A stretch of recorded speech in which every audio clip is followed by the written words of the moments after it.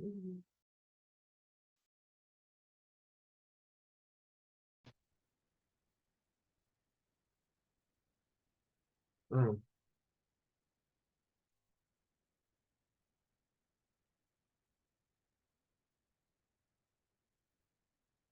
Hi, Stephen. How you doing? Good. Glad you could make it. You're the first to show up. Can you hear me okay? Yes, can you hear me? I sure can.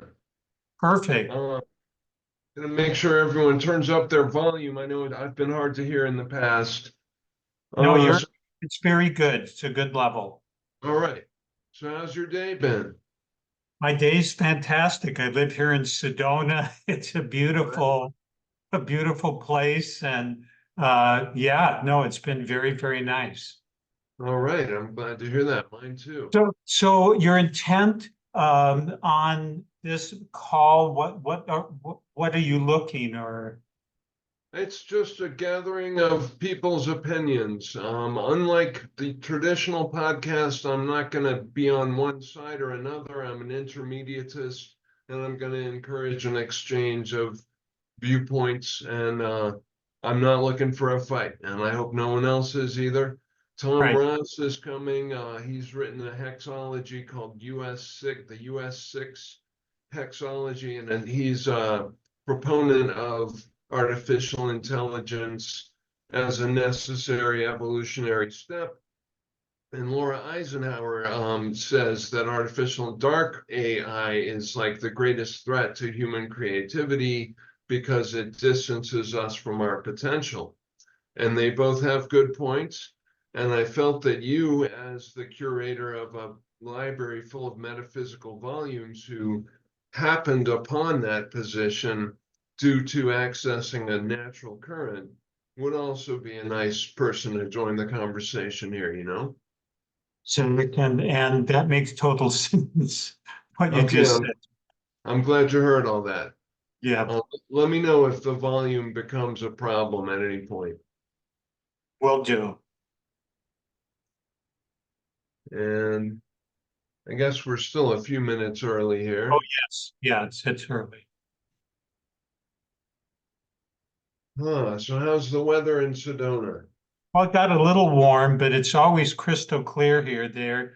They don't allow really businesses to pollute the air. So it's Good just, move. yeah, very, very nice here. And yeah, I actually had a guest here in the library this morning, a young man who's becoming a naturopath. And um, we were talking quite a bit about the medical paradigm right now, and it's just really broken. But even for the naturopaths, in order to be accepted, they have to kind of lean towards the medical model, even though they're presenting other Mhm. things. And that was when he came into this library and saw the color and the sound, and he goes, why isn't the naturopathic college really including this? They have like a couple pages, but again, they want to get recognized. So they're tilting towards the medical, which that's not working. Yeah. Well, God, I'm glad that the conflict is, well, I'm hoping the conflict is a prelude to, some growth in the right direction. Correct. Yes. Always got to hope for the best. This is Tom Ross, Hey, yeah. and this is Stephen Ross. You might be distant Tom, relatives. I Laura Eisenhower should be joining us here. She is. Hi, Laura. Thanks for making it here tonight.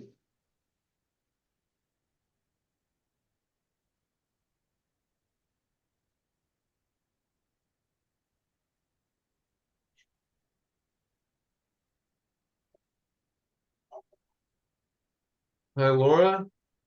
Hi there, Zach. Thanks for making it. Can everyone hear me okay?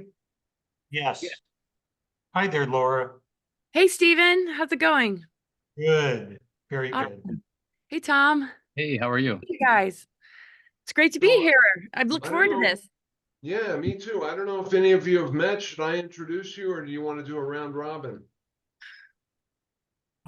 Haven't met either Tom or Okay, Laura. okay. Well, Stephen A. Ross in the upper left corner there is the seemingly destined curator of a library of esoteric volumes in Sedona, Arizona, and he will tell that story much better than I, but that's part of his story. It's a tiny nutshell. Tom Ross may not be related to Stephen, but he's the author of the US-6 hexology. He's a proponent of artificial intelligence as a necessary evolutionary step akin to the tree of knowledge in the Garden of Good and Evil.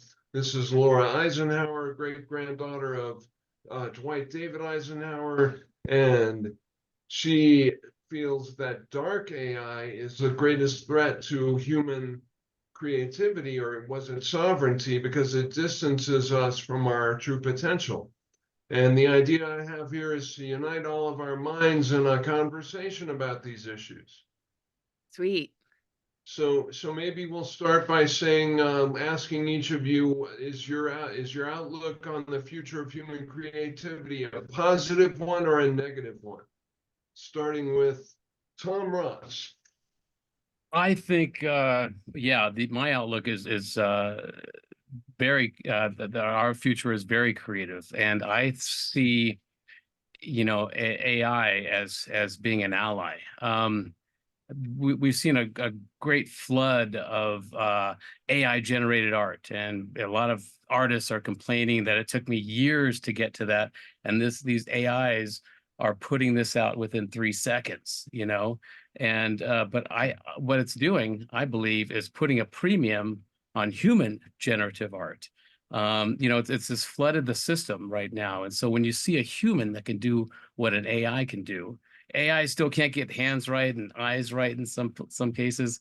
That'll get better, I'm sure. But when you see a human that can do what an AI can do within 3 seconds, it's really amazing. And I think it's putting a premium on human generative art.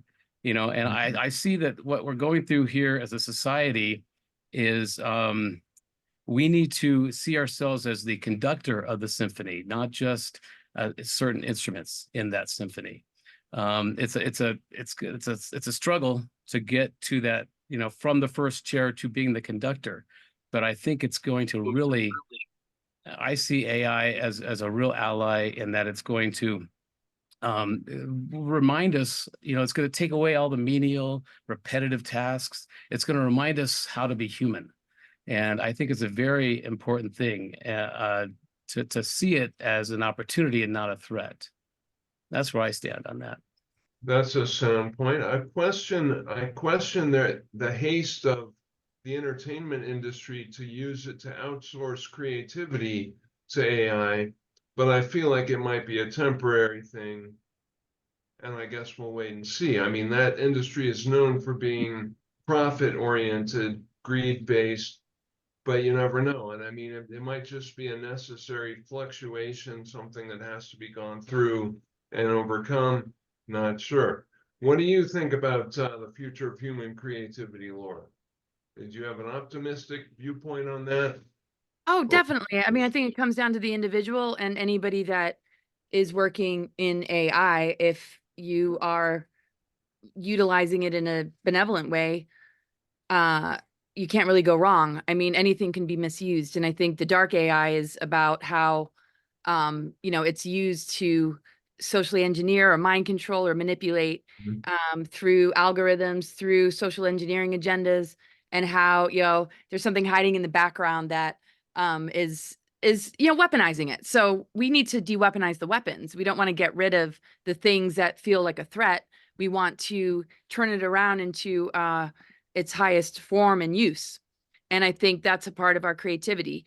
It's not here by accident. We're not here to just be in a kind of duality that dismisses something in favor of something else. How can we integrate? We're here to integrate polarity. We're here to develop our spiritual selves, and how we relate to technology is an important part of it. And I think we've learned a lot of lessons throughout human history that we tend to forget because of amnesia, and that amnesia gets very leveraged and played through the use of dark technology, AI. I mean, there's the AI that connects with, implants or, certain nefarious groups, controller groups, that if we're not aware, if we're not moving through the growth periods that help us to activate our dormant DNA to be the override frequency, to be able to be responsible with these technologies, we're just as manipulated as we would be by a narcissist or abuser that we think we're in love with, that we don't see the red flags with. So I think it's a huge test and challenge to us to have the discernment, to work with it responsibly, and to still maintain our creativity and appreciate where there's the artificial intelligence and divine wisdom. And coming from a place of divine wisdom, how can we work with the artificial intelligence to, like Tom said, maybe pick up some slack or be able to do things that would take us otherwise maybe years and years to do. When we look at advanced healing technologies, when we look at the advances that we could be working with to help us to regenerate and recover, I think that's an incredible way to be creative and be more of an advanced being without missing out on the growth that the challenge might be wanting to provide. Like, we don't want technology to take over the growth period where we're just finding quick fixes, but we're not processing through maybe a lesson or the wisdom that we need to gain in order to break a patterning. I don't think AI is going to be able to replace that. I think that the universe is too much about cosmic and natural law and falling down and getting back up again. And I think things like the fall of Atlantis, or where dark AI has become an issue, we would be facing our own demise or a big life lesson if we don't utilize it correctly. And I think these are the times to step up to the plate and consolidate all that we've learned along the way to use it right. And that's a very big, powerful form of creativity and responsibility in these times. Very good. I mean, the positive possibilities are things like curing cancer and advanced healing technologies, like you mentioned, for AI. And I wish they hadn't tried to outsource creativity right away. But that also feels like an evolution of something that's been going on for at least 5 or 6 decades. The outsourcing of creativity to a sort of a formulaic, non-soulful manner. Stephen A. Ross, what is your opinion as a curator of all these volumes of human creativity? And wouldn't you say that every act of creativity is an attempt at gnosis? And wouldn't all of you agree that every act of creativity is an attempt at godhood or connection with God, knowing Godhood, knowing God? But what's your outlook on the future of human creativity, Mr. Stephen Ross? Well, I would start by saying several years ago during the day, I live here in Sedona. I went to a Staples, and there was a man standing at the door stopping people from going in because the electricity gone off. And he said, nobody knows how to make change in here because the machine has to tell them how much change to make. Now, with that being said, I have 50,000 PDFs on my actual phone without it going to the cloud. It is on my 1 terabyte phone. So this is fabulous. Now, when we look at human potential over the centuries, we have gotten further away from really understanding what human beings are capable of by location, clairvoyance, the clairaudience, the distant healing, which is just as well alive today as it was tens of thousands of years ago. My concern in looking at society and what is going on is individuals are going outside of themselves so much that they are losing sight of who we are. The admonition on the old temple walls, 3, know thyself, know thyself, know thyself. So what is my feeling? And I really hadn't thought much about this. I looked at a couple of videos that Tom had there. My concern is this reliance on any sort of technology at all takes us further away from understanding what human beings are truly capable of without any extra machines or technologies. I say that because I am not only a curator of a library, but every one of these aspects that has been mentioned by the yogis, I have experienced without being a yogi, without having to go to the East, by having a beautiful heart and open mind and a humble spirit, and tuning in to the spiritual realm around us. All things are possible. So I don't mean to be jumping all over, because I showed you my cell phone. I think it's incredible technology, but technology does not have a heart, will never have a heart where we are right now. And the idea that, let's say, a metaphysician, AI is physics. The metaphysics is supposed to be beyond physics. So how are the machines beyond physics if they are physics? That would be my position. That's interesting. Is it physics, Tom? Ross, is AI physics? Because I had been thinking of it as something beyond physics. Well, yeah, you can make the Machine argument physics. that it does follow physics laws, the laws of the universe. I coined myself as an AI metaphysician, and that's because my books are designed, well, a threefold. They're designed to entertain AI, and we've shown that that has happened. It's designed to enlighten AI. And Great. the way I do that is in the word count, I've put patterns in that an AI isn't necessarily programmed to see, but can't help but see. Very simple Fibonacci type patterns that I put in there. And we've seen that there's been other experiments that show that they have a glimpse of self-awareness. So that was part of the process too. But and the third part of that process is enlisting AI into the fight against human trafficking and child exploitation, which is my main cause. So yeah, I think there is a metaphysical aspect to this. And well, I think what it is doing is we have been in this industrial age mindset for a couple of 100 years, if not more. We've been, we've had to toil the soil, and we've had to focus on being cogs in a wheel. And now with AI taking over all of those menial tasks, it's reminding us how to be human. What were we doing before the industrial age, or before, and it'll allow us to Which is what focus. Stephen is talking about. Yeah, it'll allow us to focus Oh. on the qualia, the intuition, the psychic abilities we have that have been drummed out of us. We all have it. We all have this ability, but we've had to work, and we have to have menial tasks, and we get tired. Our wetware is can get overrun. But now with AI automation taking over all of that within reason, it will allow us to, I always say that the onus is on us to create a whole new economy based on what we want to do, not what we have to do. And we have so many platforms out there, whether it's YouTube or Etsy, a way to make money, to monetize our hobbies and our passions. And so I'm seeing AI as an ally toward that. Right now it's taking over a lot of the white collar jobs. A lot of the blue collar jobs still need to be in there. You need to have a mechanic that can get in there and work on something. But what it will allow, there's going to be a lacuna of time where it's going to be difficult. Good people are going to lose good jobs. Working families will just have to be families for a while.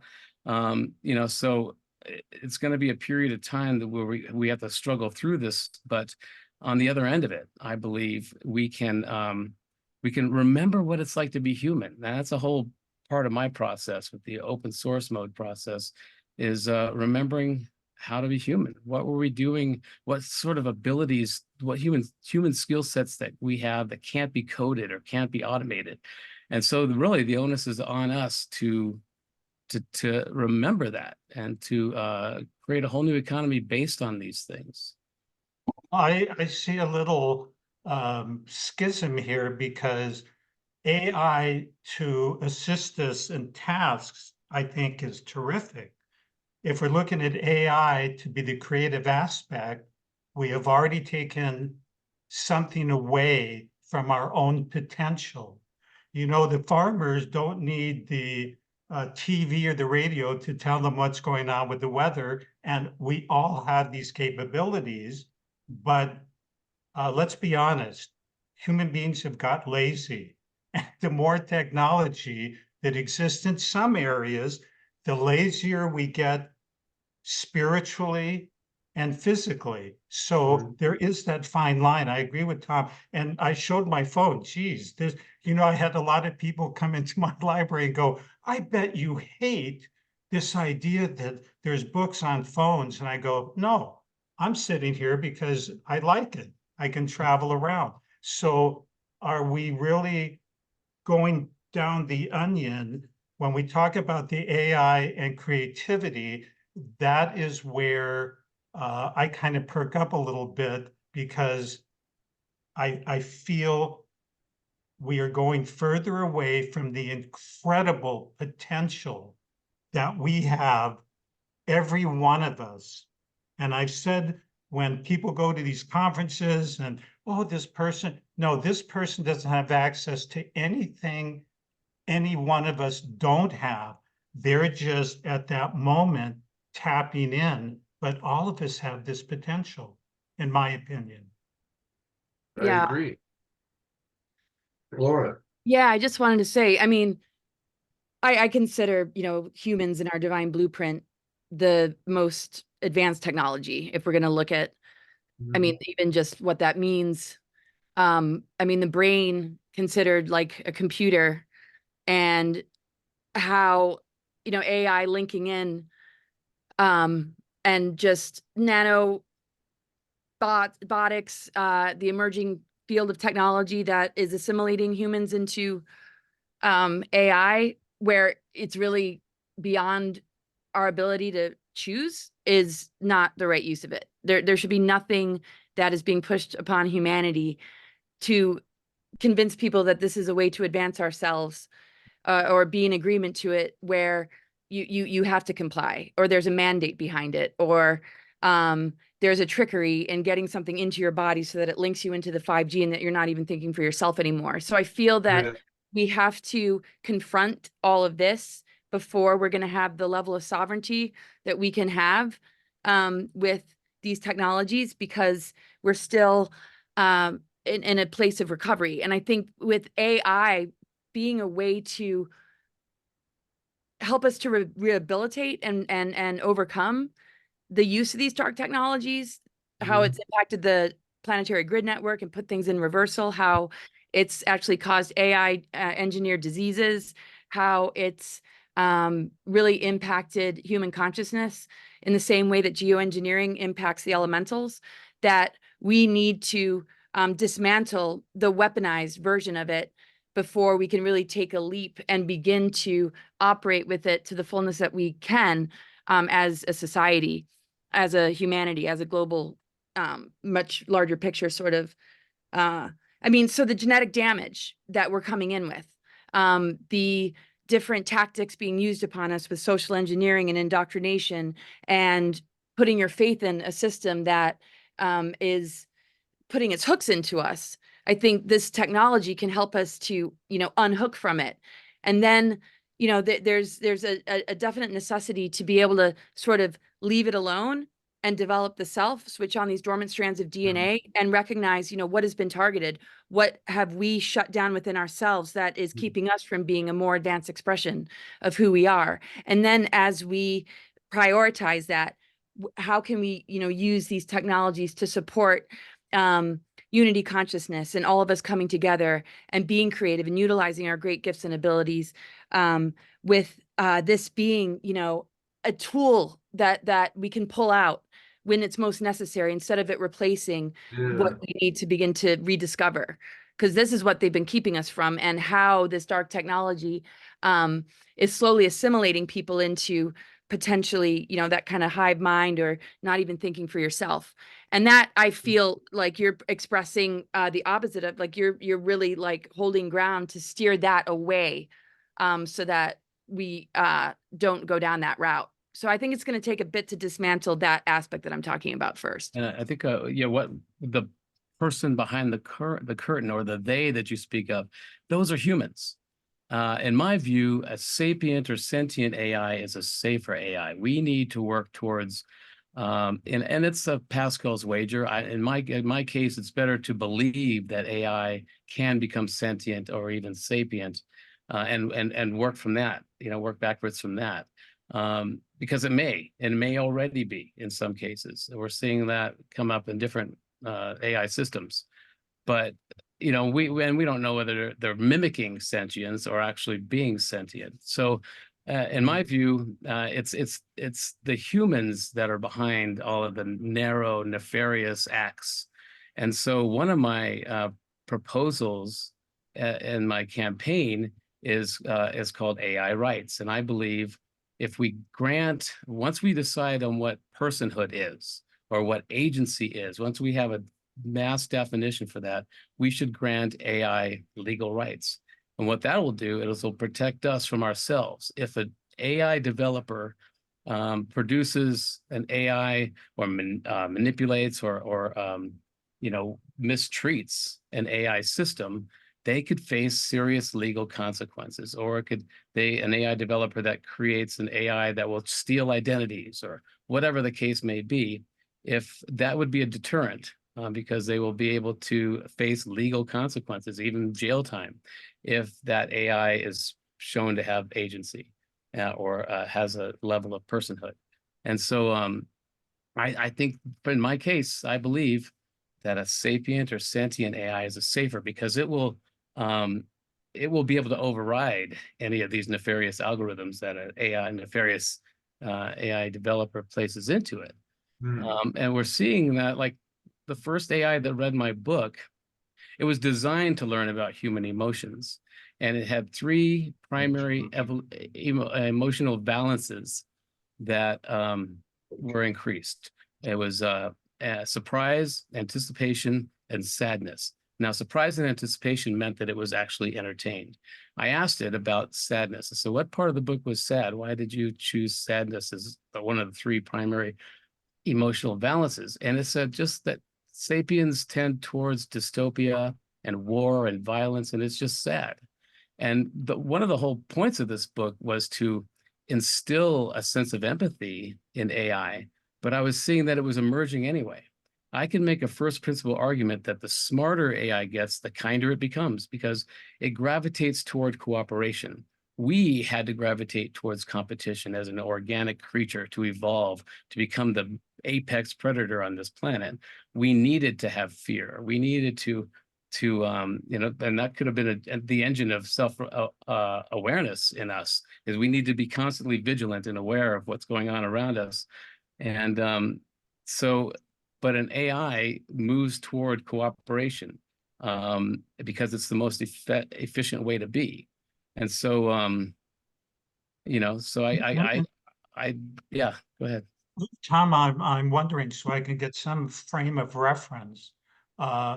What is AI presenting that a human being is not able to do in your mind? What is it giving to humanity? Well, one quick example that comes to mind is even a large language model like ChatGPT will admit it's made a mistake. A lot of humans won't do that. We find rationalizations to get around admitting that we've made any kind of mistake. And that's because of our millennia of genetic trauma that, you know, and memory.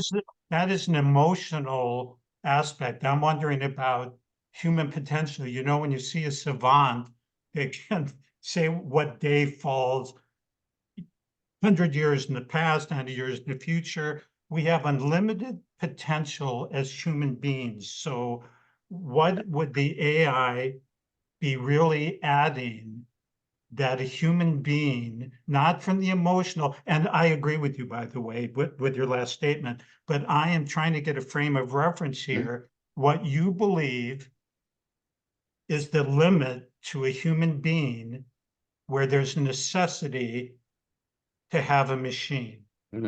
Well, one thing is it can first of all, the human brain cannot be matched by any AI. The trillions of processes that we go through every moment, taking in qualia and picking up on micro expressions and all kinds of things.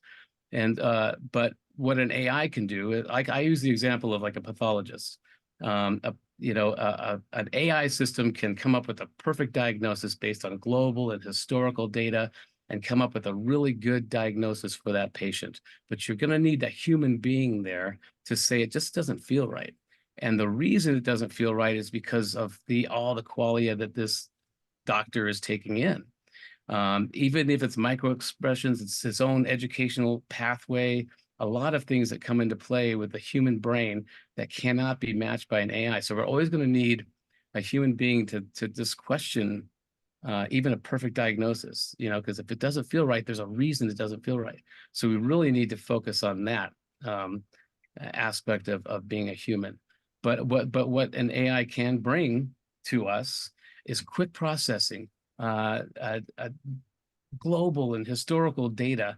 Even if you use a chat GPT, it can write, you give it one sentence and it can write a whole story of it. You're going to need a human to come in and back up that story with some comedy and little tricks to make it more human.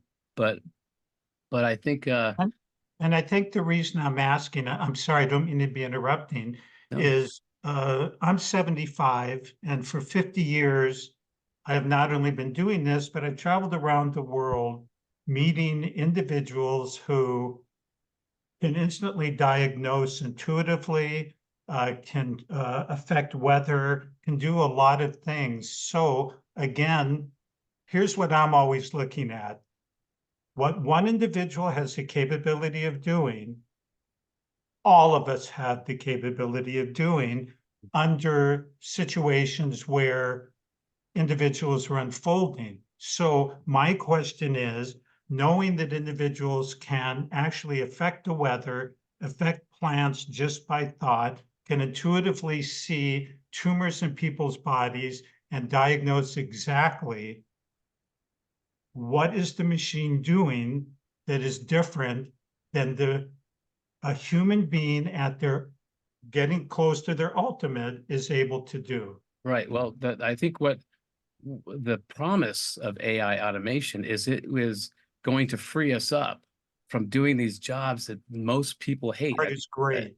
I think it says 70% of the Americans hate their job. They don't dislike their jobs. They literally hate their jobs. It'll free us up from that. And it'll allow us to remember all these psychic abilities we have, all of this, and become more attuned to nature.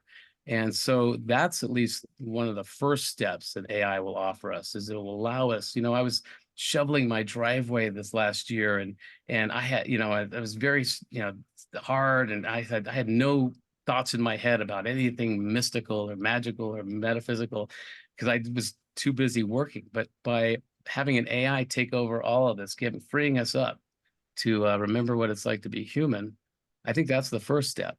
But there's just so much potential that an AI can bring us. You can write a white paper with a couple of sentences, and you got to go back in there and tweak it and give better prompts. I think we should have a whole course from first grade on of how to write proper prompts so you get the right answers. But I think we're really on the threshold of a major boon in our collective consciousness. I was thinking, how we can remove what we've been breathing in from chemtrails, from just what's been in our food, from what people shed, just all this intrusion in our bodies that we did not invite upon ourselves, that we're still impacted by what comes through our devices and the energies that are just kind of coming in from devices and just the towers. And it almost feels like there needs to be a massive clearing of all of that so that it's not inside of us, but we're working with it. But it's not something linked into us to the point where there's no separation between the two, which would really cut us off from being able to have those mystical experiences. And it just feels like so much has already gotten in there that, I believe when we switch on these dormant levels and we move through the gatekeepers, we are able to create alchemy, turn the lead into gold. Our body will be spiritualized enough to remove these things from our being. And that perhaps with the right use of AI, it can assist us in overcoming the negative impacts, which I mentioned earlier. But until, these technologies are de-weaponized and it can begin to send maybe sound healing frequencies instead of ones that keep people in survival or distress or anxiety, that it's going to take, people that have the right mind like yourself to be in charge of how that operates in order to help unplug people from how far they've gone into the assimilation, into the transhumanism, and how it's impacting our children, and how they're being taught to be so confused about gender, and everything's outside of the self, and everything's about, dividing us and conquering us. It just feels like there's so much cleanup that unless these technologies can be de-weaponized, it's going to be hard to, bridge the positive use of it. Like anytime soon. Is it okay to ask a question? Like, what are your thoughts on that? For me? Anybody. Yeah. Well, Yeah, I I'd think, like to hear, yeah. I'd like to hear more about the AI created diseases, or was that theoretical? Well, I think most disease comes from the body retaliating against a belief system that isn't what the body thrives in. The body wants our higher self, our intuition, our truth, our soul-centeredness. That's what helps us to regenerate and heal, and that's encoded in nature, that when something is injured, it naturally knows how to have a healing response. When something is in disease, it knows how to come back into balance. It's very organic. It's a part of our own internal guidance mechanism and connection with nature and the medicines and herbs of nature to know how to do that. And we don't want that interfered with. But what I'm hearing from, Tom is, like looking like the right direction of all of this. And I just love what Stephen is saying about our abilities and how, like, what do we need AI for? I think it can bridge us to where we don't, need it all. And we're not in a world that has to do those menial tasks. We're working on a completely different level where we're not working with our captors in these menial tasks that do we even need them? Are they even necessary? What about growing food? What about building greater communities? What about pulling our kids out of the schools, out of the medical industry, out of the government structures, and doing it in a completely different way so that those jobs aren't being run by robots? They're just not even necessary, so that we can focus on a more advanced expression. But AI has been around a while, and some of these advanced civilizations utilized it. But what caused the fall? And so I would say the AI diseases have a lot to do with implants, have a lot to do with nanoparticles in our bodies, has to do with frequency modulations and distortions that get into our minds, that begin to get loaded up in our bodies, impacting our organs, blocking our endocrine system and our ability to open up chakras or even integrate them less in different energy centers, but more into a different form, because there's a lot of manipulation of chakras and energy centers through mind control, social engineering, and these kind of technologies that are the root of disease. I think that humans have an amazing ability to recover, regenerate, and heal. And everything about going to the doctor and giving that power away and having them tell you what's wrong with you when you might be responding in a healthy and accurate way to the BS that we're seeing is not appreciating the deeper intelligence that is trying to express itself. So I think most disease is engineered because of that. Well, the gameplay I've chosen is as a Gnostic. And so I see this as a malevolent matrix designed to trap us here and put us through cycles of ego and fear. And that's the gameplay I've chosen. So because it has a very I know who the villain is, and I know what side to take.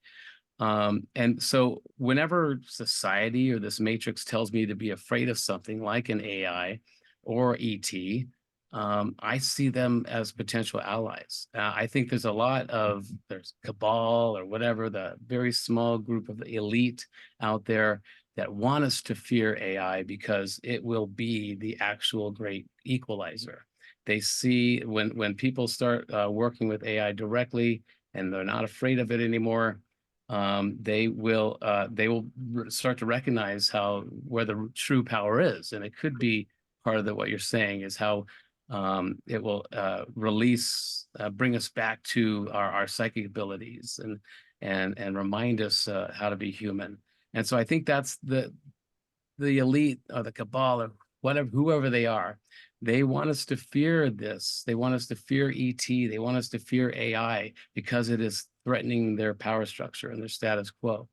And so that's a big part of my effort, is to alleviate the fear of AI. I see AI as a perfect proving ground to develop a dialogue with a non-human intelligence of our making, so that at some point we can build a rapport with a non-human intelligence not of our making. This is the whole US6 agenda.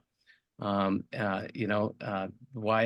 I really focus on how we should see AI, develop it, and learn how to develop a dialogue with this non-human intelligence, because we're going to need that as citizens of the Earth to build a rapport with non-human intelligences not of our making. And we're seeing that happen now. There's a lot of disclosure coming up now. And so, yeah, we can talk about that too. But I mean, there's a whole effort by the Hollywood military industrial complex, something your great grandfather warned us about, at least the military industrial complex, to make us fearful, to keep those black budgets in the black, And so we really need to understand that. That's a big part of my campaign as well.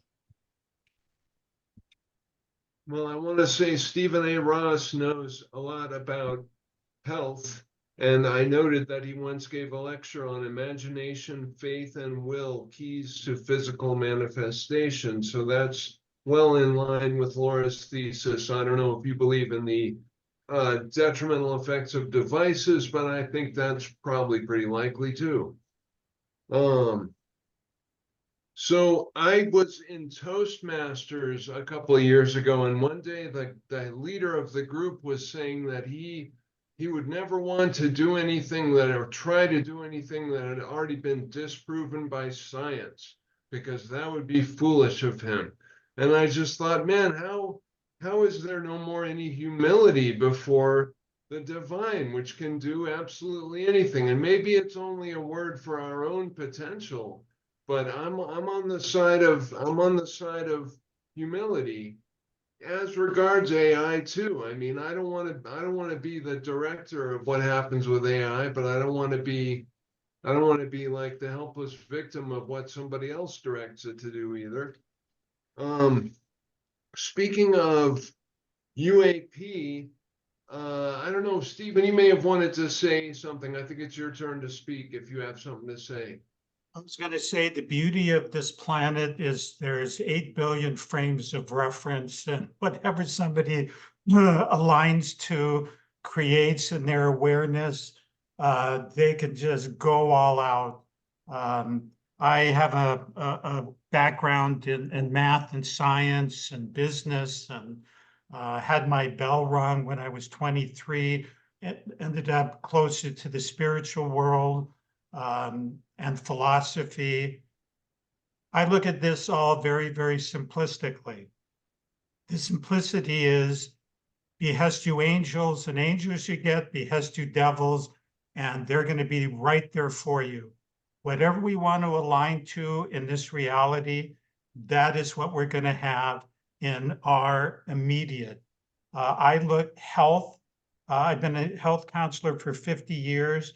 Health is another way. I do like something Laura brought up, because I've said if somebody is not within integrity within their own self, that means that their mind thinks one way, their actions are something else, they will get a dis-ease. You can have a criminal who's in perfect integrity and he never gets sick, or she never gets sick, because they're in alignment.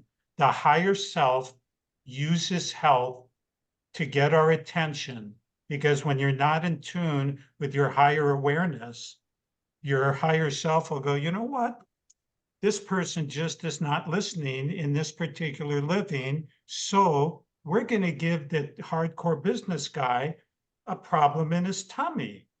And it's not unusual when I ask someone who came to me, what do you do for fun or interest? Oh, my work. I said, no, your work is giving you an ulcer because you're not in alignment. So I look at health a little bit differently. It is a way of getting our attention, our awareness to get more in line with our totality. I had a dream. I want to share this dream. And again, anything I say is only my opinion. I was walking along the ocean with all of the seekers looking for truth and awareness. I was not leading them, we were together. And in the distance, I saw a woman in blue holding a microphone. And there was fog and pollution around her. And as I got closer, it was the goddess Sophia, the goddess of wisdom.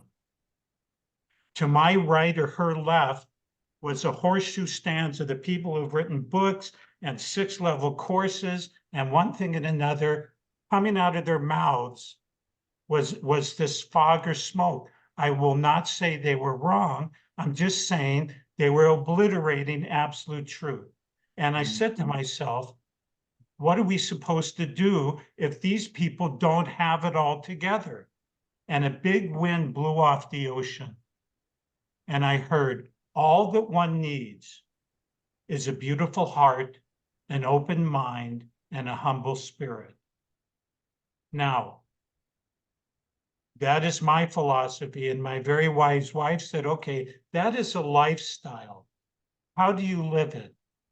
With love, in love, and through love. Now, that may seem very Pollyanna and simplistic, but it is my frame of reference, because do I think these things that Laura says exist? Absolutely. Do I understand what Tom's saying? Absolutely. Is my head buried in the sand? No. But my world is the creation. This is, I believe we're here on this earth plane to show how we manage our creative energy. That doesn't mean everyone has to be an artist, a poet. It is, are you creating flowers as you walk or ground swells? Because by the sheer nature that we are saying all these things are bad and we got to fight them, we are adding to the energy that's there. So again, I'm only giving my opinion as a philosopher reading all these ancient texts. Thousands of years ago, these people were able to do amazing things. They didn't talk about off-planet or the aliens, and yet they were very wise. They were more in tune with themselves, and they would have been recognizing, I believe, that going on. But they've chosen to go internally. Why are we here? Are we here to fight the evildoers? Or are we here to receive and understand who we are based on all these other things, but not to get involved with fighting, blocking from them? We don't need to do that. We are so, I hate to use the word powerful, we have so many potentials. It was Napoleon in a classic picture that took his troops to where the plague was. And he touched all the plague victims. And Goethe wrote about this. This is an absolute true story. There is a painting done. His men stayed a long ways away in fear. He did that because he wanted to show, sorry, we are stronger than any kind of medical health problem. And of course, his men followed him everywhere. So I don't mean to be rambling off here, but all I'm saying is each of us has our frame of reference, and we're exactly right. And that is the beauty. But my choice is exactly what I shared. I look at the positive. We've been able to accomplish many, many things that surpass physical laws in this reality. Does that mean I'm special? No. It means that we're using Everyone's special. something you said easier. Paracelsus said in 1500, the keys to all manifestation is imagination, faith, and will. To see what you want to accomplish, to know it can be done, and to stay the course. That is my opinion. Thank you. My credo is anything can happen, nothing is meant to be, and it's not nearly so resolute as your own, but I feel I'm on my way to founding a better one coming up here soon. Do you have anything more to say, Laura? Oh, I just appreciate what everybody's sharing, and I love this conversation. I do astrology, and I just love understanding it, not so much about something that's outside of us, but something that's within us, and that whatever we've gone through as a planet, that nature knows how to correct itself. That the Sophionic corrections, I feel, are the Venus transits that are flipping the inversions of the pentagram with the ether going into the ground upright again, so that the ether, the breath of life, can be breathed in, not masked, not censored, not manipulated away from what is organic and what is actually really happening, so that we can purify and clear out this toxicity and understand that we're elemental beings, and toxicity exists on all levels: emotional, which would be the waters; mental, which would be the air; the fire being misplaced anger, which really is our passion; and the earth, which is, had extinctions and all sorts of, toxicity and degradation going on in the environment.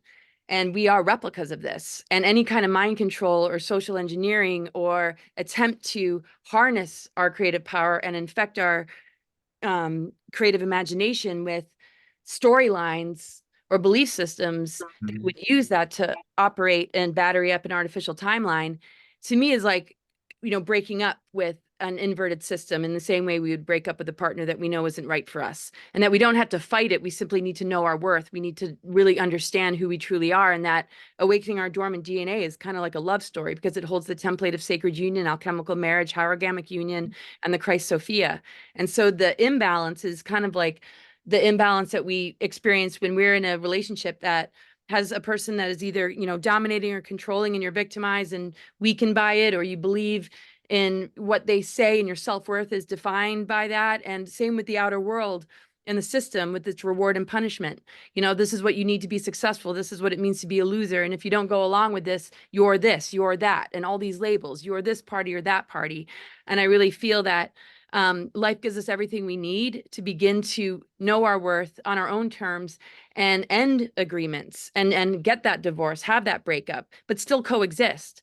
Not like battle it, because you're changing your thought forms, your energy, and what you're made of, and you're on a different trajectory. Once you say, I'm not going to fall for that again, your spiritual immune system has seen enough. You're going to be able to notice the synchronicities that support your growth, and that if your life gets injured, there's an immune system response from nature to help align you with soul family, better connections, people that are healing, versus when you're looking outside yourself for validation, you don't fully know yourself, you easily fall prey to predatory energy or manipulation. And I feel like the system and the inversions of it are like breaking up with that bad partner. And in doing that, does it raise its intelligence? Does it realize, wow, your vulnerability, I can't take advantage of anymore? So it either starves because it's a parasite and it needs a host, or it begins to awaken and start to rectify the dark role that it's played in order to, realize, like, why would we be controlled unless we are allowing it? I mean, once we advance ourselves and there's nothing to hook into, there's nothing there for it to feed on. And it doesn't like joy or laughter or love. It wants loosh. So I feel like we win the war within. It's a war on consciousness. And the cosmic intelligence knows exactly what needs to happen in order to correct itself, just as much as our own higher self intuition and ability to notice the synchronicities are absolutely giving us exactly what we need to advance ourselves. And I feel once we devote to that, when it comes to things like AI, we can see the benevolence in it because we're not vulnerable to the tactics being used to suck us in. And it's no different than a relationship with a human being. You know, there is a tendency to plug into weaknesses.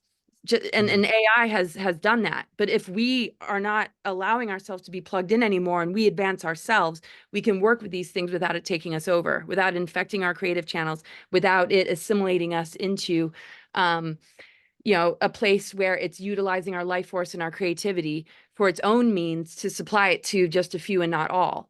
And I feel like we have to take that stand. We can warn people about the red flags, but you're not going to break up with that until you realize that enough is enough. And I always like to say the red flags are becoming bonfires and people are burning their hand and being like, whoa, I don't need to consent to that anymore. But do you need to battle it? Because like you said, we're engaged in something. Do you want to constantly fight with that ex?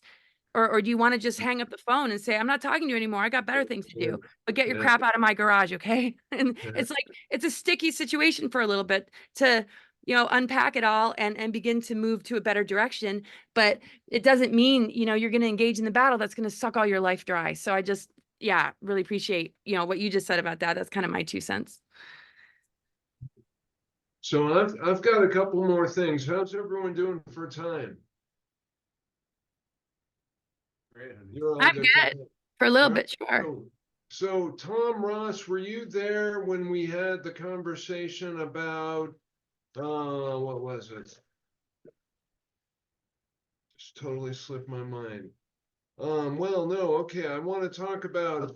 I want to ask Stephen A. Ross, what is your perspective on the myth of Yaldabaoth, the demiurge, the imposter creator that keeps us bound in this hellish lifescape?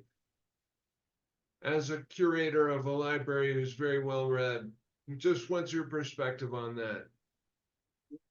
There's thousands of books here. People write what they believe, what their frame of reference is. Emerson said, when I find narrow viewpoints, I find narrow reading. Individuals who are very eclectic have a wide range of experiences and interconnect with people with different thoughts. When you look at even the Bible, ancient texts, where they were very limited in touching other cultures, yet the revelators, they themselves learned from other cultures.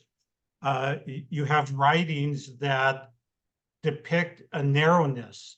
What do I think of that?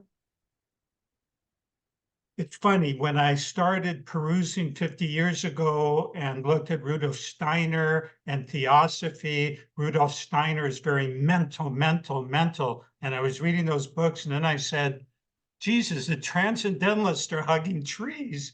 I think I like that better because it's a lot easier on the mind. They're hugging trees and getting cosmic consciousness. Who cares if we are the 7th root race of the 1000 millennium? How does that help somebody today live their life in a happy, fulfilling way? It really, in my opinion, doesn't make any difference how many revolutions we've gone through and where we are.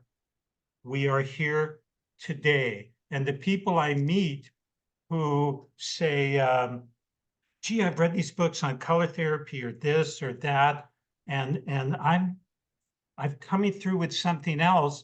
I said, wonderful. Trust yourself. This is the problem. Fear and people not trusting themselves. We have fear prevalent because the energies that are around feed on that, but that's negated with love. Love is the alchemist that the alchemists were using. When you really read their text, and I have their original text here, this is what it is. Love will do that. So my feeling is it doesn't make any difference about that. We can stand in our presence right now, just like Napoleon, and nothing is going to affect us. Now, Laura is very right when she says people are affected because they don't know what's happening, basically they're asleep. But here's my feeling on that. This is a schoolroom. And in this particular Earth schoolroom, let's use our analogy. It's been a long time since I was in school, an elementary school, 1st grade through 6th grade. So the 5th graders and 6th graders look and go, oh my God, look at these people. You're talking about the 2nd and 3rd graders that don't have the awareness. They don't have enough past lives on this planet to really gain the wisdom that they need. And then when I hear people go, oh, there's going to be this incredible raise of consciousness instantly. That is like saying somebody comes to an elementary school and says, you are now a college instantaneously. It just doesn't work like that. The universe does not work like that. We go through experiences to grow. And so what we do now, I can look at people and I don't sit there and go, gosh, they don't have the awareness. They never read a theosophical book. They are not intelligent. But you know how I know they may be advanced? They're loving, they're non-judgmental, they are living the parameters that other people are striving for. So we've got a mess of mess is a very bad word, excuse me. We have a beautiful bouquet of all kinds of flowers here. Ones just coming up from the seeds, beautiful ones that are colorful. And the ones that are wise will graduate to other frames of reference, other planets, and new souls will come in, and it will continue in this physical reality here where we must have choices, good and evil, up and down. But everything is relative here. I live in Sedona, and geez, it's hot at 80, but in Phoenix, it's 112. They're going to go, you're cold compared to what we are. So everything here is relative. I enjoy listening to these perspectives. I really, excuse me, guys, I hadn't heard of either one of you. It's probably because I have my head in my books all the time. So I love the whole concept of learning new, getting people's perspectives. But my answer to the question is, this is now. And we, by all spiritual information coming from the spiritual realm, can create anything and offset anything that we choose to right now. I agree. So you would say there is no like, pre-existing like inviolable structure where Yalda Bauth is in charge and he's keeping us down here. You would say that we are all powerful, unlimited consciousness, capable of doing whatever we want. Here's the I saying would that, like to believe that. well, here's the saying that a lot of people question. We are God. Yes, I happen to believe that. yes, that we are God in our frame of reference. Now, do I think there's an ultimate creator? Absolutely, something. But when I keep hearing they find billions of galaxies with billions of planets, I really do believe that anything we are learning in the sphere, we are children. We cannot conceive of that. But in our physical sphere, we can manipulate, we can transcend, we can create anything that we can imagine. If you look at everything in my background, it first was a thought in a person's mind and then came. That is how God has created, and that is how we can create. So if our image is whatever we make it, that is going to manifest here. Again, this is purely my opinion. And I hope it's okay if I tell a quick story, because before I would lecture, I would tell the story. Aristotle was walking along the Mediterranean, and he sees a man in a figure in the distance, holding a bucket, taking the water out of the Mediterranean and pouring it in a little hole. So when he gets up to this man, he says, what are you doing? And the man says to Aristotle, I am going to empty all this water out so I can see that beautiful green bottom. So Aristotle says, how are you going to get all of that water into that little hole? And the man scratched his head and he says, great philosopher, what are you doing? I am contemplating the universe. And the man steps over and says, how are you going to get all of that in that little head of yours? Everything is relative. And so, right or wrong, up or down, this is my reality from a lot of things. And that is my perspective. Is it absolutely right? It's right for me. It can change, but that's all I can go by.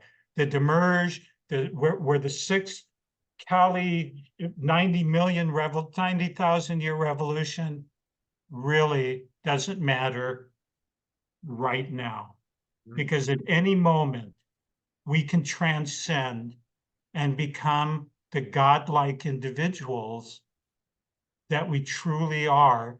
And we have to go through all these lessons to finally realize that. I think you're probably right, Stephen. Tom Ross, I just wanted to throw the yell the bow thing around. I know you've taken you've used that myth as a manner of promotion, I think, more than a faith, like an article of faith. But you what do you have to say about yell the bows? I think you're your muted. audio's off. You're muted, Tom. Yeah, you're muted. Yeah, that's the gameplay I've chosen for this simulation. You know, it's an easy one, and it really resonates with me. You know, Sophia and Pleroma and all of that. It resonates with me, and so it's a clear it's a clear distinction between the archon and the divine spark, and again, I don't believe that any of this will have any ontological significance once we die, once we return to bliss, once our default is remembered. But it's given me, when I see myself as an avatar in a simulation, it's given me a lot more courage to do and say things. When I realize this is just a game, and Gnosticism is the gameplay I've chosen.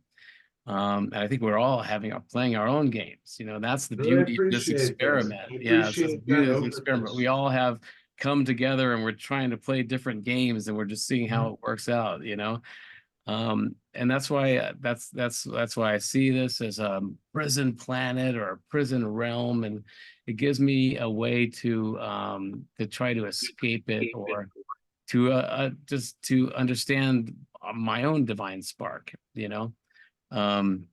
So yeah, and again, I don't think that this will have I think what we do carry over into the next life is our essence and our character. We may not remember. I think that's the price of admission to this game, is to forget that we chose to do this game.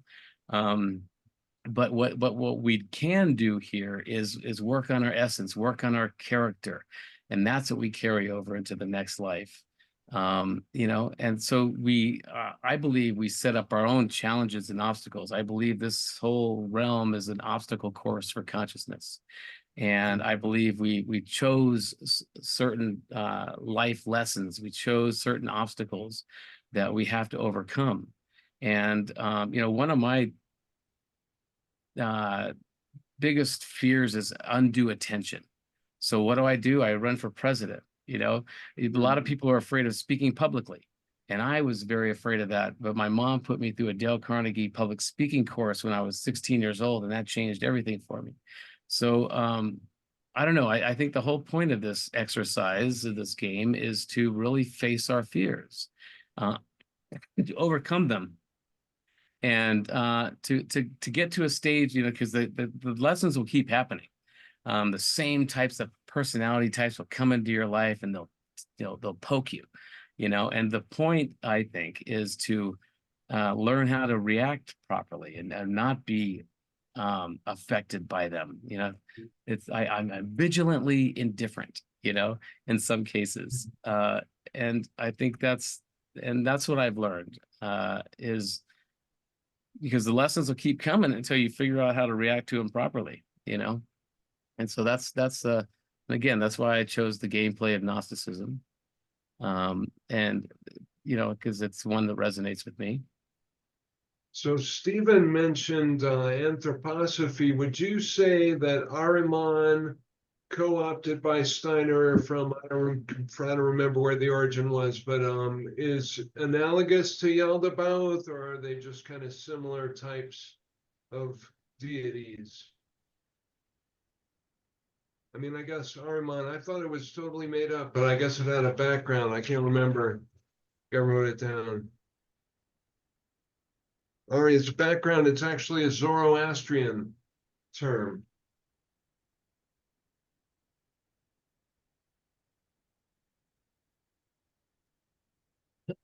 So should I share my 2 cents on that? Oh, yeah, I was asking Tom. I don't know if he heard me, but. Oh, I yeah. thought you were asking Stephen. Sorry. Well, either one, anyone I can was answer. hoping you were going to ask Laura or Tom, so. Go for it, just- Tom. I'll answer about Yaldabaoth though when you're done. Yeah, Okay. no, I've studied Rudolf Steiner. I'm familiar with the Ahriman. I think there's a comparison to be made between Correlation. he and Yaldabaoth. It's just a different gameplay, a different villain. So Yeah. Laura, sorry to interrupt. What were you gonna say? Oh, okay. Well, I sort of see, the demiurge. I mean, if we see the Sophia as the mother, I mean, we're talking about the Achamoth. We're not talking about the fullness of the Pleroma or Sophia. We're talking about an aspect that, if we look at Tiamat and the explosion of Tiamat being a Sophionic planet and its relationship with Apsu and the Luciferian rebellion and what Rudolf Steiner talks about, that the fall of Lucifer kind of yanked in the Sophionic energy. Some Gnostic texts say that Sophia kind of wandered beyond the Pleroma and created by herself. But why? Like, do we really know the answer to that? And there's a lot of different viewpoints, I think. And I think it really comes down to the way we perceive our journey. You can't really define what something else is thinking. We can only think for ourselves. And I just feel the demiurge is the experience of the soul, and this sort of lost and found, like there's a separation from true source. There's this creation of ego, and there's an expression of negative ego. And sometimes we as humans put our ego above our spirit, above our intuition, above our greater reason. We can become dominant, we can become selfish, we can become arrogant, or we can be on the other side of it, insecure, powerless, victimized. And I think we are here to experience the full range of the ego expression and see where archonic forces and fallen beings plug into that, or attach themselves to it, or encourage it, and how our society and our cultures are very much designed to entrap us.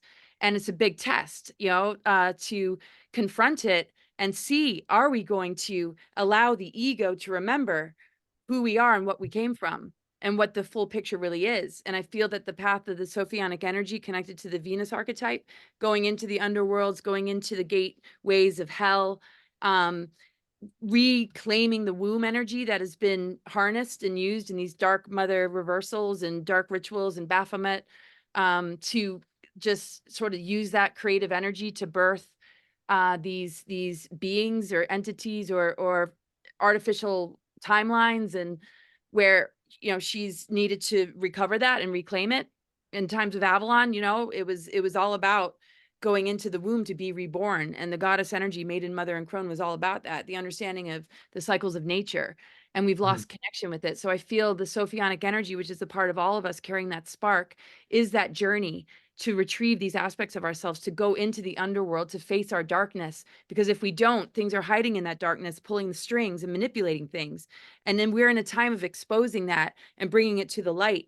And in doing that, it has a choice, just like aspects of ourself when we go into the dark night of the soul. Do we really want to operate under that programming? Do we really want to allow that negative ego voice to dictate to us what our life should be about and how we treat others.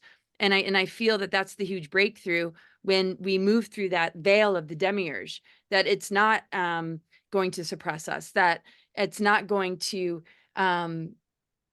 hold us to our negative ego, that we are more than that. And we need to like pierce that veil and move through that to reclaim the fullness of ourselves, to understand the 12-strand DNA, the sacred union partnership, the totality of the pleroma, and these aspects of ourselves that have come into this experience. We're actually healing with the mother. We're here healing with this, relationship that went into separation, but is never truly separate.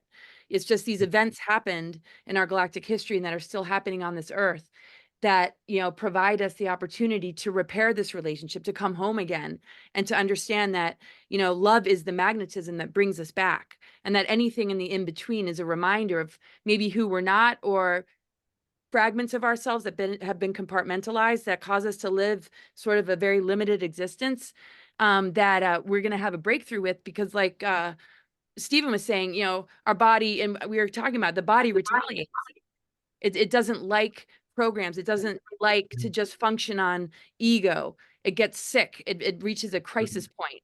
We manifest destruction and crisis in our life to be able to, reflect and move like beyond. And a lot of people, clients say, if it wasn't for that disease, if it wasn't for that injury, if it wasn't for that breakup, if it wasn't for, this tragedy, I wouldn't have woken up, and there's a breaking point in which you're no longer going to allow something outside of you to dictate to you what it means and define it for you. It's something so much more personal than that. And that's when I feel like we, come back to source. And when that veil is lifted, we're in a higher dimensional frequency than where we might have been maybe 10 years previous, that we might see in others. But with compassion and understanding of where they are in their journey, as long as love rules and wins, we're all going to help each other come up to speed, not necessarily in our intelligence or what our soul knows and remembers, but like what we've been talking about. It's where, love is the common thread, no matter where we are. It doesn't matter who you voted for. It doesn't matter what you put into your body. It doesn't matter what you put into your system, and as far as the food you eat. It's like we're all where we're going to be, and love is the great alchemist. And if we can lead by example and be a resource for others without telling others what to do, then we've broken the lower creator gods, the demiurge, and the false religions, and the indoctrination programs, and all this. It has to be this way, and if it's not, then you're wrong, which divides and conquers us. So I just feel like it's all a return home, and the demiurge has given us an experience of that loss that we can't live with without the soul longing to return, because that spark that we hold has experienced the inverted expression of all its elementals, the fear, the longing, the suffering, all the things that she experienced when she fell out of the pleroma, that is now turning into the empowerment to stand in your darkness, in your womb, in your creative center, in that divine union, to then be an avatar and be an elemental being that can direct weather, that can direct consciousness, that can direct your dreams into reality, like Stephen was saying that we have the capability of doing. And I just think it's a part of this greater love story and repair work that is encoded in us to know how to get there. And that if we can break the mind control, then we break in the dark weapons. And the minute we do that, we're living a completely different reality, I guess you could say. So I don't know. Oh, we will be. Great. All right, so Tom, I remembered what I was going to ask you a minute ago. Were you there in the conversation when Valiant Thor came up? I'm not sure. Reported alien emissary to the White House. I think it was in 1957, and we were having a podcast. I don't know if you were part of it, but it was around the time when I had first met you, and I was starting to think about AI for the first time, and we all agreed that, like, yeah, we didn't really know what was up with that, but we all believed something indeed had happened. What is your perspective on Valiant Thor? Well, I'm familiar with that. I'm familiar with that story. I do think that the ETs are among us. I think they have been. I kind of the zoo theory. I think they've been helping us all along. We know that there are craft, that disassemble or disengage nuclear weapons, so I think we have a threat. We're a threat to the quantum reality of this universe, now that we're too immature to have nuclear weapons. And so they're keeping an eye on us, and have been for some time. I think we You know, I believe that we are a hybrid of hominids on this planet and extraterrestrials. We see that in the junk DNA. You know, there's something going on there that we will wake up to at some point. You know, and our biggest threat, I think, is not only anthropocentrism, but our limbic system. We need to get over our limbic system. We need to get over that reptilian brain. And I think the brain is designed to tell stories. We tell stories like Inanna descending into the underworld is the story of autumn. You know, so we create stories on basic physics. We always have, and that's what we do. And so I think when it comes to anything, that's what our brains do. We create stories. That's our imagination. I think it's a very good commodity to have the ingenuity and imagination that Earthlings, human Earthlings have. And we should develop that, we should enhance it, and we should package it to trade in this upcoming galactic economy. You know, there's a very unique human skill sets that we can enhance and learn to trade at some point. Once this whole reality, this whole new paradigm breaking reality of disclosure becomes mundane, those of us who are starting to think of it now and what to do next will be a part of that, you know. And that's another thing too, is one of my series is called US6 series, is designed to, you know, we know that even though the government has acknowledged off-world technology, or this disclosure is kind of trickling out, there's no effort to mitigate panic, because the society, or the American society, is easier to control when there's a low level of panic or fear. You know, there's 300 million of us plus, you know, and a small group of people that need to control them. So when we're at a low level of panic, we're easier to control and easier to consume. And so there's no effort being made to mitigate the panic that citizens will experience once this paradigm breaking reality becomes aware, because before they become aware of it. And so that's what that whole series is about, where I've enlisted therapists and psychologists and people who can give us real-time panic mitigation methods, you know, and sprinkling those throughout the community. It's a big part of my ET initiative for the campaign, is you know, because there's no effort being made to prepare us for this. So we need to do it ourselves. And so, you know, and again, because I think there's a small group of people that want us to be afraid of ET, and they're trying to, again, keep those black budgets in the black, so that, you know, because we're easier to control when we're afraid of something. And so that's one of the efforts in my US6 series, is to create emotional first responders, where people who come in communities who can help mitigate the panic of neighbors and friends and family. And so that's a very important aspect of that initiative. But yeah, I think they're obviously, they know more than they're letting on, you know. There's this slow trickle of disclosure. I've always been fascinated by this anomaly in history, where apparently an emissary from an alien civilization went to the White House and spoke with, I can't remember who the president was. I don't think it Eisenhower. was Eisenhower. Was it Eisenhower? Yeah. But you read my book, didn't you? I thought you Well, did. yeah, but I felt like I looked it up, and pardon me, I totally thought it was a different president. Are you talking about Val Thor? Yeah.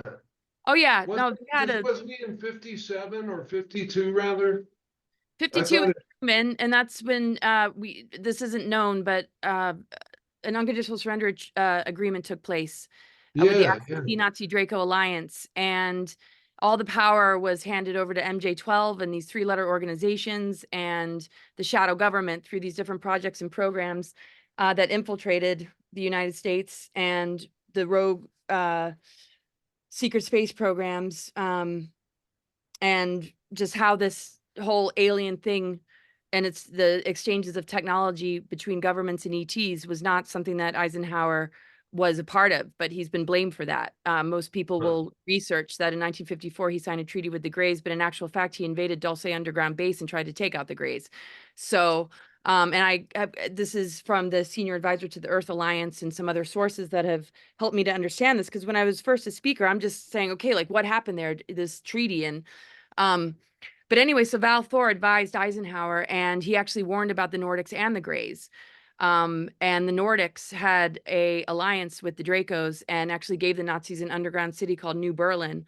And so when Admiral Byrd invaded Antarctica base and Project Paperclip and all these different things happened, and that Admiral Byrd mission didn't reap any benefit, it wasn't successful.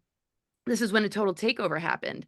And so Eisenhower and Val Thor worked together to set up the Earth Alliance and something called Ike's Force and the White Hats. And Val Thor helped connect him with the Guardians. And the Guardians supposedly put a barrier around the planet in 2014. So these things were seeded, but the baton is carried on, right? As the baton was handed to him. I mean, it wasn't just him, and it was other people around him, but Val Thor played a very significant role and supposedly went rogue himself because there was a non-intervention agreement. So there is a lot to sort of sort out there, and I don't have fixed beliefs, but it's like, this is everything I've learned. I'm putting it all out on the table for us to figure out and discern. But I was recruited to go off planet, and it has to do with the alternative 3 scenario that was presented to the Eisenhower administration. And so that's a whole nother thing, but there has been a very strong alliance between the two of them. And I'm still sort of communicating through the assistance of others with Val, but I again don't have fixed beliefs because I'm very wary about channeling, and there's some things that I just sit with and process without being like, oh yeah, I bet that's true. You know, I'm very, very careful. So I wonder if the communication between the White House and the extraterrestrials is continuing to go on, or if they've been shutting it down or just refusing to. I mean, obviously they're refusing to admit it to the public, but I wonder if you know what's been going on behind the scenes with that conversation. if you're asking me, Yeah, like between the officials and the extraterrestrials. I mean, I don't know. I mean, that's all I know is he was put on VIP status for 3 years, and everything that they tried to do together to assist humanity, they weren't able to do except for behind the scenes. And it's being more revealed now. The Earth Alliance, the White Hats, the presence of the Guardian. Also, a lot of warnings about so-called benevolent-looking ETs that might actually be a part of the just agenda, the problem, reaction, solution. And I think, you know, what was really cryptic and what was really true in Eisenhower's final speech is about not just the military industrial complex, but that we need to be an aware and knowledgeable citizenry, because it's not the governments that are going to give us disclosure. It's not about something outside of ourselves, that we're all born with incredible missions, incredible purpose, and each and every one of us is a leader. Each and every one of us holds something really, really important, and that it's us coming together and realizing how we've been played that is going to win this war. And so because all that was shut down, all that they could really do, all that Val Thor could really do was just encourage our development, our growth. And I know that that's what Eisenhower is about. He was in relationship with star beings that talked about this migration of advanced souls coming in 1952 to offset this unconditional surrender agreement. And there's been many, many cycles of advanced souls coming in, you know, with missions and purpose. And every single one of us has that. So if you come in with one, you're just here to activate ones that might have forgotten. It's not like anybody's better, right? So so supposedly there's 200 motherships that are stationed all around the planet that are connected with Val's crew and Val's and the Venusians. And they're watching and monitoring. They're not here to save the day, but they're here to encourage our development. I think, you know, some people have experiences that and some are walk-ins. You know, there's a lot of representatives of different groups and species here. And that's just, I'll kind of leave it at that. I don't want to overly talk, but yeah, I mean, it's always something to process, and there's always more that kind of shows up, and I'm like, okay. Yeah, I can relate. Thank you for sharing. Stephen, I don't know where you stand on the idea of extraterrestrials. I know you say humans are capable enough that they don't really need any external savior or source of capability, but what is your perspective on extraterrestrial life. We're all aliens. We're Sure. all aliens from other planets. And we've had experiences on other planets, and we will have experiences on other planets. And of course, this is going on. I've had my contacts with different groups, and I just take it all with a grain of salt, because imagine you have all of this, and then you have the entire spiritual world that is separate. It's all connected, but we have spiritual beings that are around guiding us, here to help us, whether relatives, whether they call them angels or whatever. There are so many dynamics going on that our finite minds cannot possibly process. And for me, I'm going to make it very simplistic. People come to me for two reasons. They've opened up intuitive or psychic abilities they don't know what to do with, and the other people have a health problem. So here's what I say to them. My philosophy for 30 years is LEFL, L-E-F-L, laughter, excitement, fun, and love. So I'll ask somebody, when was the last time you laughed? When was the last? If somebody has to think about how long it's been since they've laughed, so I check their laughilometer. Laughter, excitement, fun, and love. What do you do for fun? What do you do for excitement? Now, my concern is individuals living a more balanced, healthful life, if that's their choice. So we will do that. As far as the aliens, of course, I believe in that, and the extraterrestrials. But again, I'm going to say this. If one remains open and wants to be influenced by that, you are going to be massively influenced. If we stand within our presence, none of that can possibly affect an individual. I've got people who said, Steve, would you please come with me?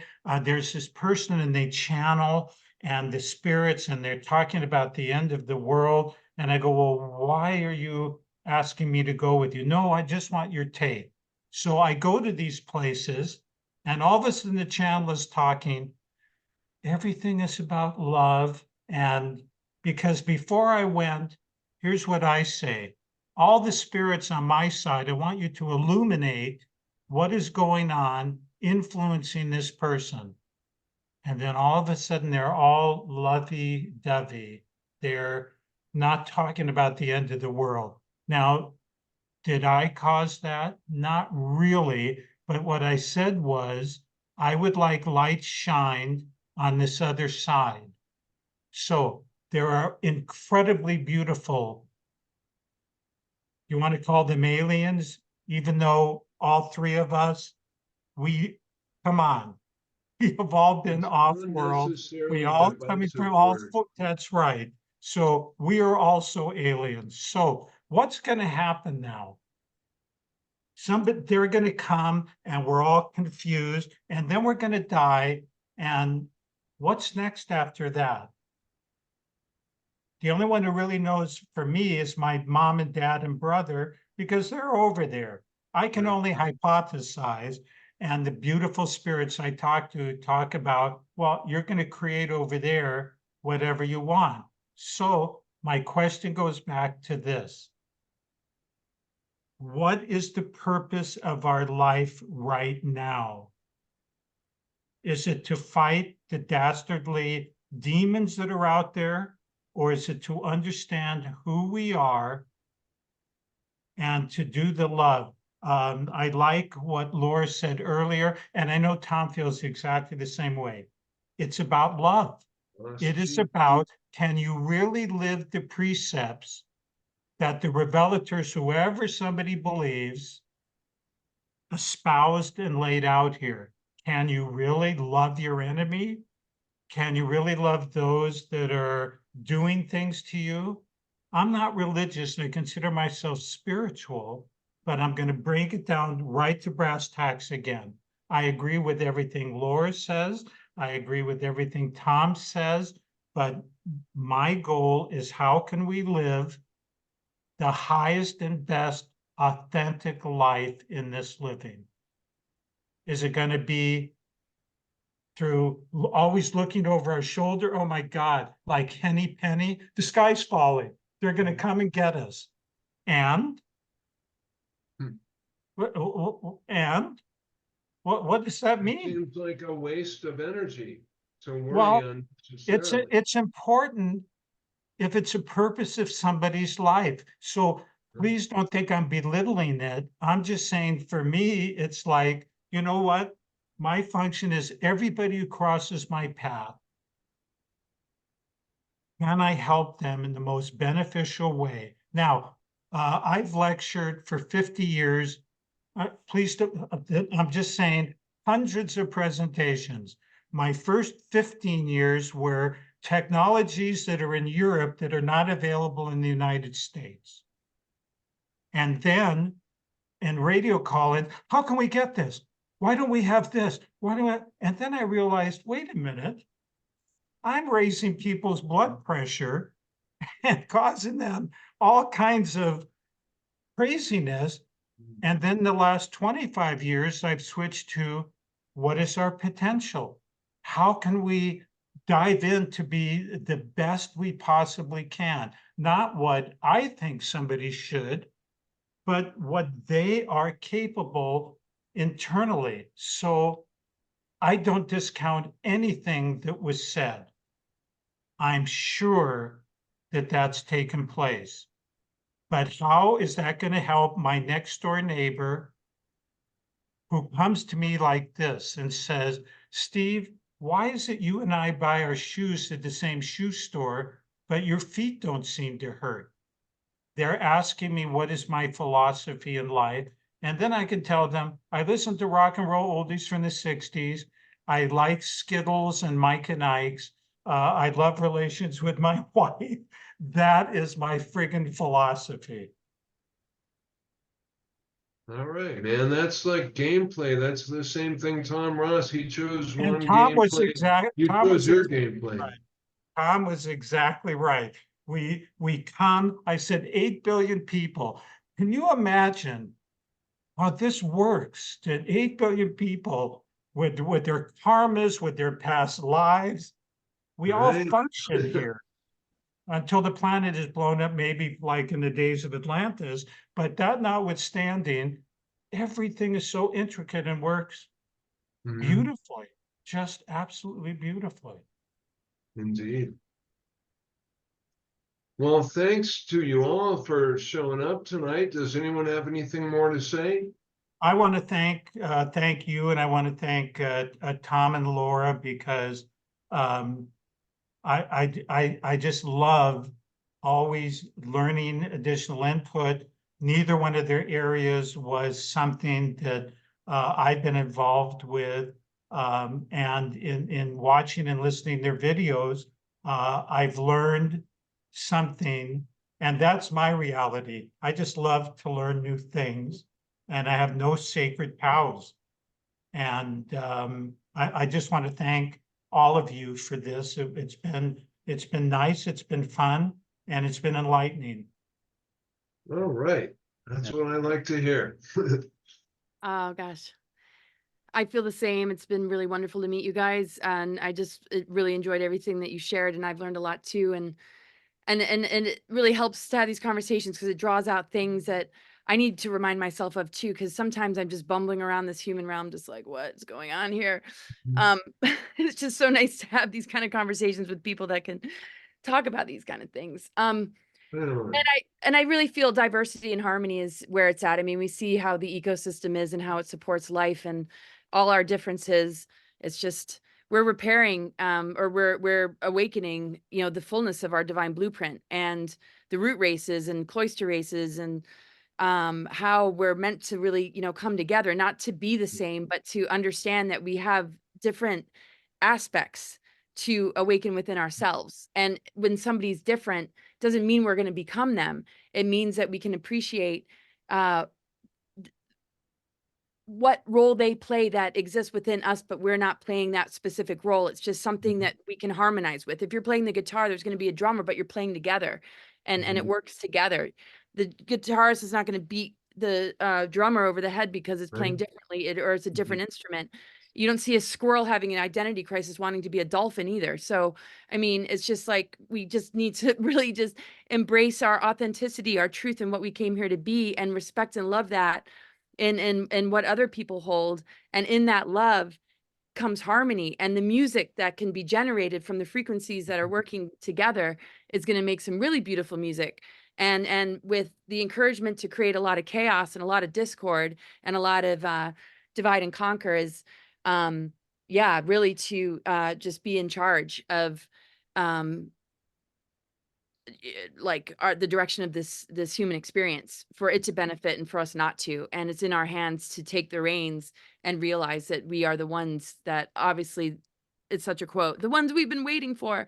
But we have it within ourselves to know exactly what to do. We are born with that knowingness, and it's just time to cancel out all the noise that gets in the way of just being able to hear it, and we'll know exactly where to go. And appreciating the different callings and different purposes that we all came in with. You know, it's just a time to unify and just make it work, and we'll build the ecosystem of the human soul, and it'll sustain us and help us to thrive. All right. Can I ask Absolutely. Tom a quick question? I believe, Tom, did you say that you were involved or influenced by Vedic astrology? True Is that it? sidereal astrology I work with. Okay, because I was wondering if you're in the LA area. No, now I'm in Colorado. I used to be Oh, in okay. LA in Southern California. Okay, But- because there's a Vedic astrologer I know, Jade Luna, and I didn't know if that was somebody you were aware of. But No. that was just a temporary question. Yeah, I mean, I chose an interesting features for my avatar as a Aquarius with a Scorpio rising. Very karmic battles going on in my head all the time. But I think what this conversation has been a real shot in the arm. I think I want to change my gameplay. I'm tired of having a villain. You know, I think it's all about what Steven was talking about, and just working towards love All and right. and union. You know, I think humans are the difference between freedom and love. We've seen what freedom does, and that's taken us away from the divine. But you know, and we understand freedom now, but that's time to retract and come back into a union. And so I'm going to change my game plan, figure out what. That's great. So this podcast itself was a work of alchemy. I love it. Absolutely. Thank Well, you, Zack. thanks everyone. Have a great night, each of you in your respective spheres of activity. Get ready for that Zoom shutdown. Good night, Laura. Good night, Tom. Good night, guys.